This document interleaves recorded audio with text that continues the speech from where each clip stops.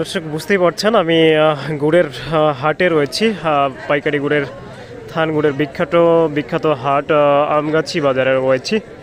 আর সেখান থেকেই আপনাদেরকে গুড়ের কোয়ালিটি এবং দরদাম জানানোর চেষ্টা করবো, ইনশাল্লাহ আপনারা সাথেই থাকবেন। দেখতে পাচ্ছেন এই পাশ দিয়ে গুড়গুলো ক্রয় বিক্রি করার পরে কিন্তু গাছিরা বের হচ্ছে, তাদের থেকে জানার চেষ্টা করব যে আজকে কী দামে গুড় বিক্রি করছে। কী দাম হলো চাচা? 50। ভালো ছিল আপনার গুড় না? তো দর্শক 50 মানে 150 টাকায় বিক্রি হলো গুড়টি।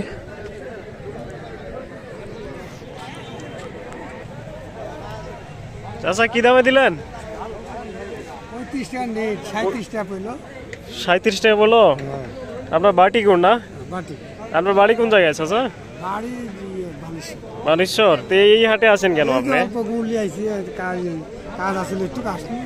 ও আচ্ছা আচ্ছা, ঠিক আছে।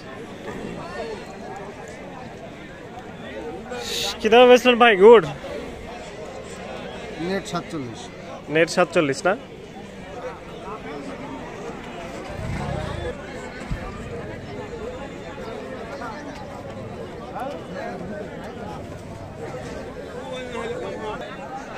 চাচা কি দামে দিলেন? 110 করে। এত কম দিলেন? ঘটনা কি, চিনি কম আছে নাকি? 110 করে। আজকে কি বাজার কম গুড়ের?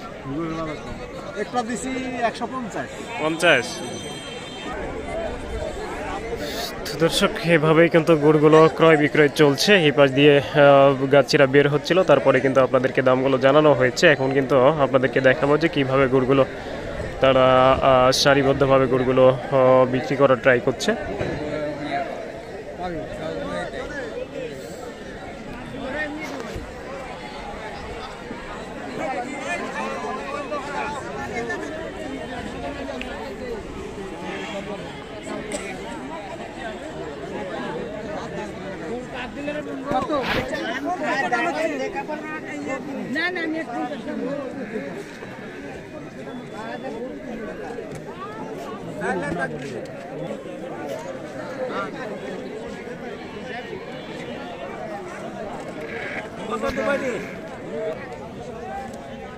আচ্ছা, গুড় বেচতে আসছিলেন, কি দামে দিলেন গুড়?